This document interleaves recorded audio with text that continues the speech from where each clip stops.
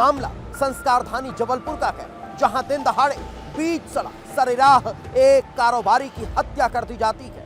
एक तो नहीं बल्कि तीन गोलियां उसके सर में डाल दी जाती है। उसे मौत के घाट उतार दिया जाता है। आखिर ऐसा क्या हुआ कि एक व्यापारी को इतनी बुरी सजा दी गई? आखिर ऐसा क्या हुआ कि एक कारोबारी की हत्या कर दी गई? आखिर वो हत्यारे और हमलावर कौन थे जिन्होंने इस व्यापारी की जान ले ली? इस रिपोर्ट में देख लीजिए। एक कारोबारी, 2 बदमाश और 3 गोली। दिन दहाड़े कारोबारी का लाइव मर्डर।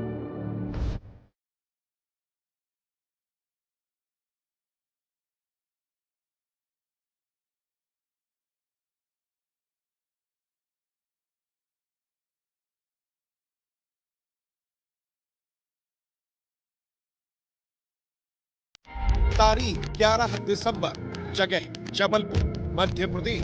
वारदात मर्डर।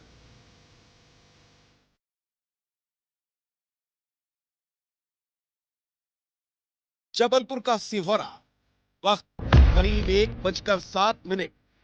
बारी बहू स्टेडियम के पास सब कुछ सामान्य था। सड़क पर लोगों की आवाजाही होती है, लेकिन तभी सड़क की रफ्तार जैसे थम सी जाती है। लोग अपनी बाइक रोक लेते हैं।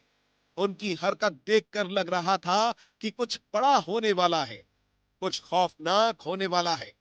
कुछ लोग डरकर भाग भी जाते हैं। और फिर सामने आती है वो तस्वीर जिसने पूरी संस्कार धानी को हिला दिया।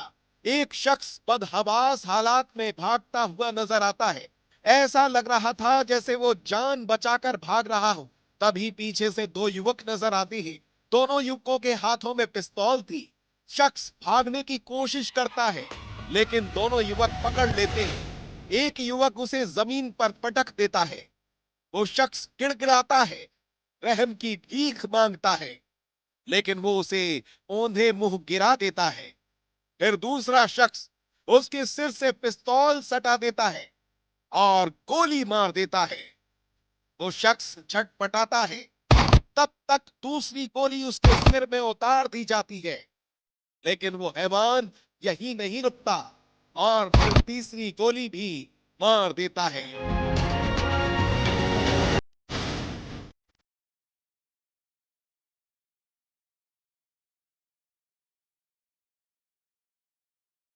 आखिर कौन था वो शख्स जिसकी बेरहमी से हत्या कर दी गई, और कौन थे वो लोग जिन्होंने इस तरीके से हत्या की वारदात को अंजाम दिया?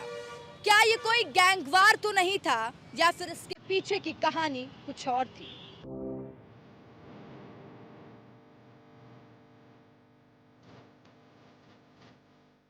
पूरे इलाके में सन्नाटा पसर चुका था। लाश बीच सड़क पर पड़ी थी। हमलावर बाइक से फरार हो चुके थे और लोगों की भीड़ जमा हो गई।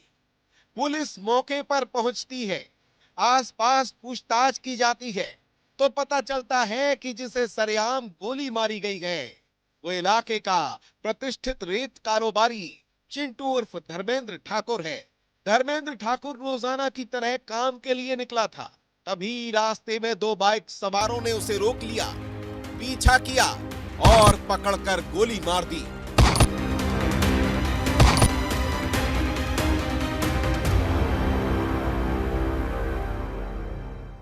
ये हमें सूचना मिली थी कि यहाँ पे जो खितौला तिराहा तरफ खितौला से आते हैं उस रास्ते में एक घटना हुई है। पुलिस मौके पर पहुंची, जहाँ पे पता चला कि एक चिंटू उर्फ धर्मेंद्र है जिसकी गोली मारकर युवकों द्वारा हत्या कर दी गई है। और पुलिस तत्काल मौके पर पहुंच गई है। पुलिस ने अपनी कार्रवाई शुरू कर दी है और लगातार इसमें जो भी तथ्य सामने आ रहे हैं उसके हिसाब से जो भी आरोपी आएंगे उनको पकड़ के जो है आरोप गिरफ्तार किया जाएगा।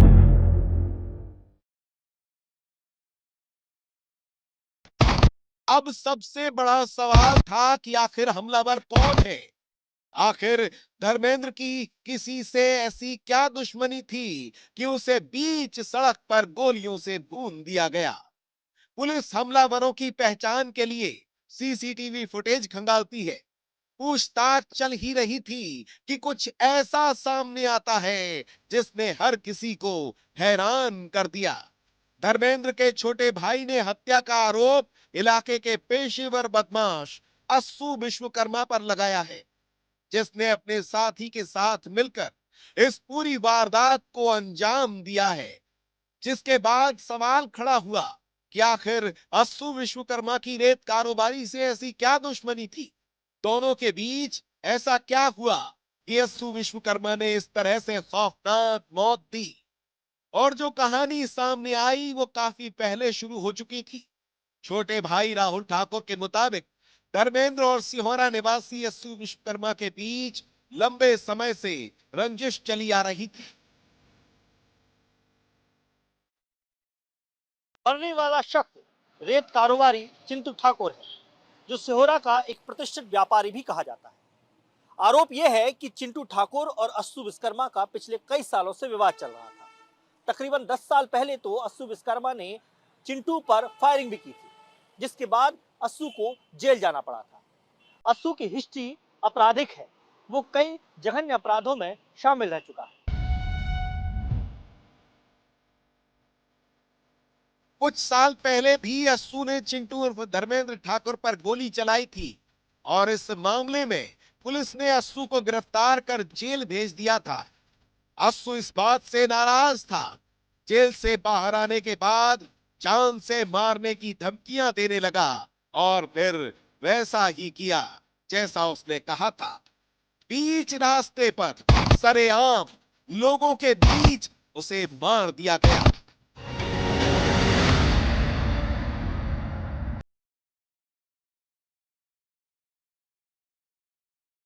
कुछ साल पहले अस्सू और भैया की बहस हुई थी, जिसके कारण अस्सू ने भैया को गोली मार दी थी। और उसके बाद जब वो जेल से छूटा है तो उसके बाद उसने फिर दोबारा मारने की धमकी दी थी। करता क्या है ये अस्सू? कुछ नहीं, उसके आवारगी के अलावा कोई काम नहीं है। चाहे लूटी डकैती यही सब उसका काम है, उसके अलावा उसके पास कोई काम नहीं है। परिवार के बयानों और चश्मदीदों की गवाही के बाद पुलिस सीसीटीवी फुटेज के जरिए इस बात की जांच करने में जुटी है कि क्या वाकई में हमलावर अस्सू विश्वकर्मा ही है। सीसीटीवी फुटेज के अलावा पुलिस धर्मेंद्र की कॉल डिटेल्स खंगालने में जुटी है कि कहीं मामला कुछ और तो नहीं है।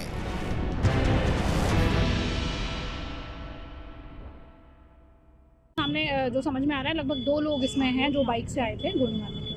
विवाद क्या था, किससे विवाद था इनका? अभी इसके विषय में कोई भी जानकारी नहीं मिली है। पहले आरोपियों की पहचान की जाएगी, तभी जो सही विवाद है वो सामने आएगा। अस्सू विश्वकर्मा नाम बता रहे हैं परिवार। परिजनों के द्वारा बहुत सारी बातें बताई जा रही हैं, लेकिन जो फैक्ट सामने आएंगे उसके हिसाब से कार्रवाई क्या होगी। अस्सू विश्वकर्मा का कोई विवाद था, इससे रंजिश थी? परिजनों द्वारा ही बताया जा रहा है कि विवाद था, लेकिन अभी तक जो है विवेचना में जो चीजें आएंगी उसको देख के कार्रवाई होगी। पुरानी रंजिश, रेत के ठेके का विवाद और जेल से छूटकर बदला, यही वो 3 धागे हैं जिनके सिरों को जोड़ने की कोशिश में पुलिस जुटी है। अब सवाल यही है कि क्या वाकई कहानी वैसी ही है जैसी अब तक सामने आ रही है? क्या ये सिर्फ पुरानी रंजिश है या फिर इस जघन्य वारदात के पीछे कोई और भयानक राज छिपा है जो अभी तक अंधेरे में ही है?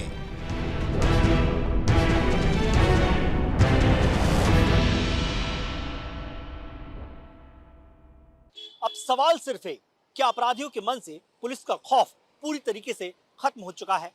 क्या अपराधियों को जरा भी कानून का डर नहीं है? क्योंकि इस तरह बीच सड़क पर एक रेत कारोबारी को मौत के घाट उतार देना तो इसी बात की ओर इशारा कर रहा है कि अपराधी अब पूरी तरीके से बेलगाम हो चुके हैं। इस घटना के बाद अब तक आरोपी पुलिस के हत्थे नहीं चढ़े हैं, फरार हैं। फिलहाल पुलिस जांच कर रही है, लेकिन इस हत्याकांड ने जबलपुर शहर को हिला कर रख दिया है। कैमरामैन रविंद्र साथ दुर्गेश कुमार, विस्तार न्यूज़।